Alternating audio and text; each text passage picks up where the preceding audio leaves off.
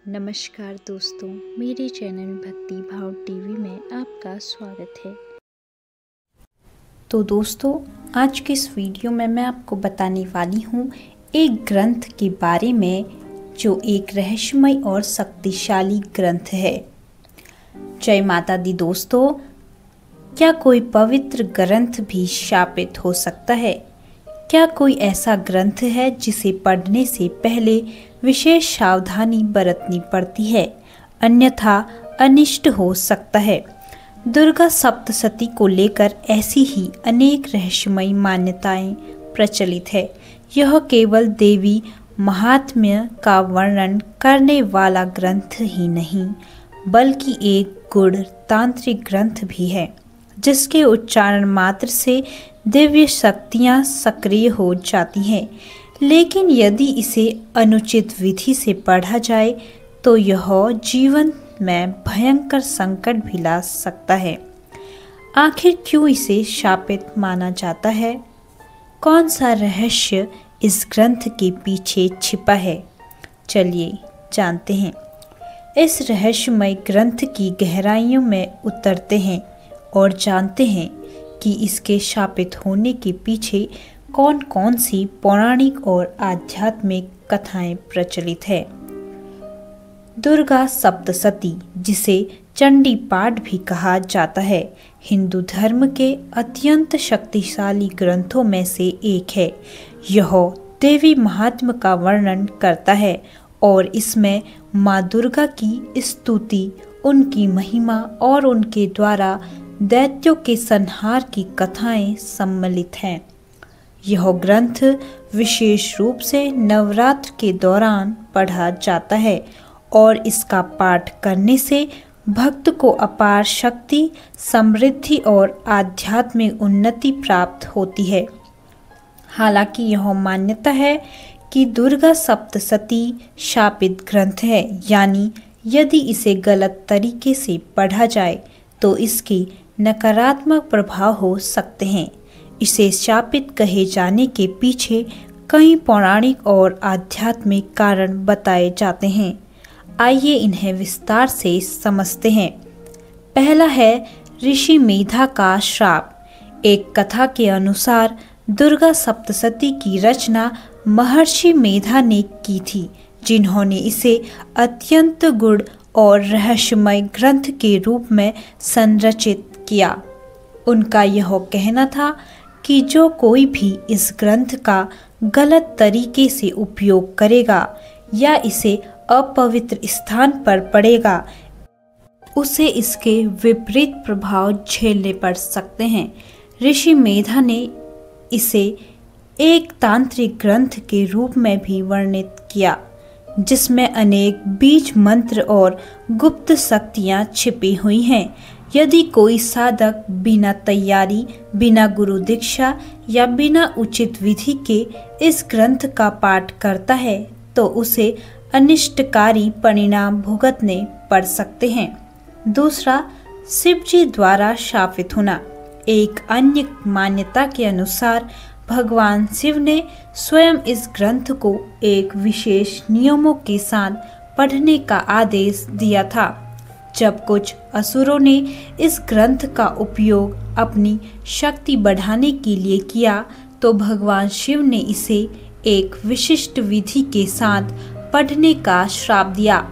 शिव जी ने कहा कि यदि कोई बिना श्रद्धा, बिना उचित उच्चारण या बिना साधना के इसका पाठ करेगा तो यह उसके लिए हानिकारक सिद्ध होगा।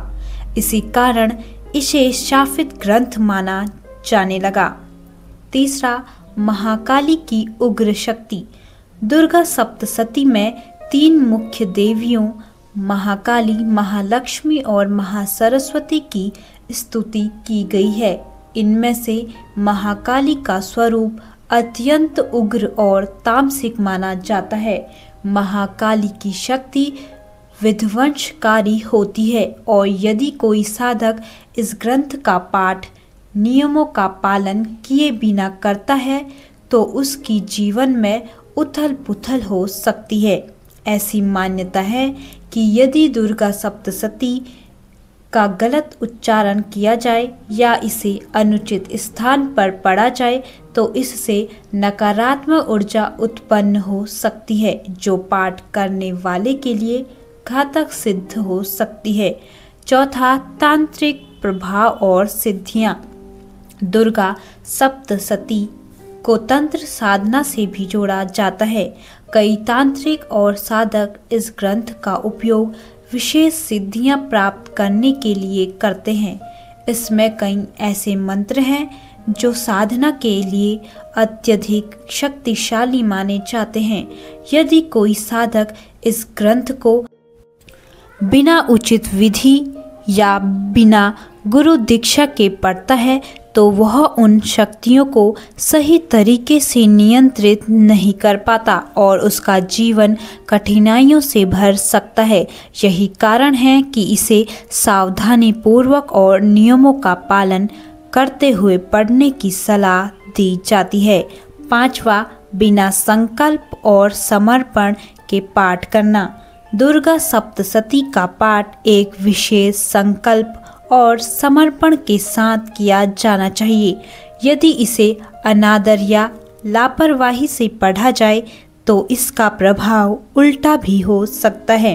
ऐसा कहा जाता है कि इस ग्रंथ का पाठ करते समय यदि साधक की मानसिक स्थिति सही न हो तो यह जीवन में कष्टकारी परिस्थितियां उत्पन्न कर सकता है। दोस्तों, आप जानते हैं इसके दुष्प्रभावों से बचने के उपाय क्या हैं? अगर कोई दुर्गा सप्तशती का पाठ करना चाहता है तो उसे निम्नलिखित बातों का ध्यान रखना चाहिए। पहला, गुरु दीक्षा लें। यदि संभव हो तो किसी योग्य गुरु से इस ग्रंथ के पाठ की विधि सीखें। दूसरा, शुद्धता बनाए रखें। पाठ करने से पहले स्वयं को मानसिक और शारीरिक रूप से शुद्ध करें। तीसरा, विशेष तिथियों पर करें पाठ। नवरात्रि, पूर्णिमा, अमावस्या और अन्य शुभ दिनों में इसका पाठ करना लाभकारी होता है। चौथा, नियमित रूप से करें पाठ। यदि एक बार पाठ शुरू किया है तो उसे संपूर्ण करें, अधूरा न छोड़ें। पांचवा, अंत में क्षमा याचना करें। पाठ समाप्त होने के बाद देवी से प्रार्थना करें कि यदि कोई त्रुटि हुई हो तो उसे क्षमा करें। दोस्तों, दुर्गा सप्तशती एक अत्यंत शक्तिशाली और दिव्य ग्रंथ है जिसे सही विधि से पढ़ने पर साधक को अद्भुत लाभ मिलते हैं।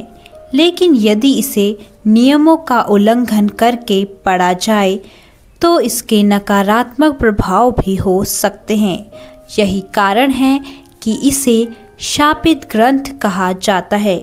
वास्तव में यह ग्रंथ शापित नहीं बल्कि संवेदनशील और ऊर्जावान है, जिसके अनुचित प्रयोग से हानिकारक परिणाम हो सकते हैं। अतः इसे पढ़ने से पहले उचित नियमों और विधियों का पालन अवश्य करना चाहिए। तो दोस्तों, कैसी लगी आपको यह वीडियो कमेंट करके ज़रूर बताएं और ऐसी ही बहुत सारी कहानियों, कथाओं और जानकारियों को सुनने के लिए मेरे चैनल को सब्सक्राइब करें। धन्यवाद।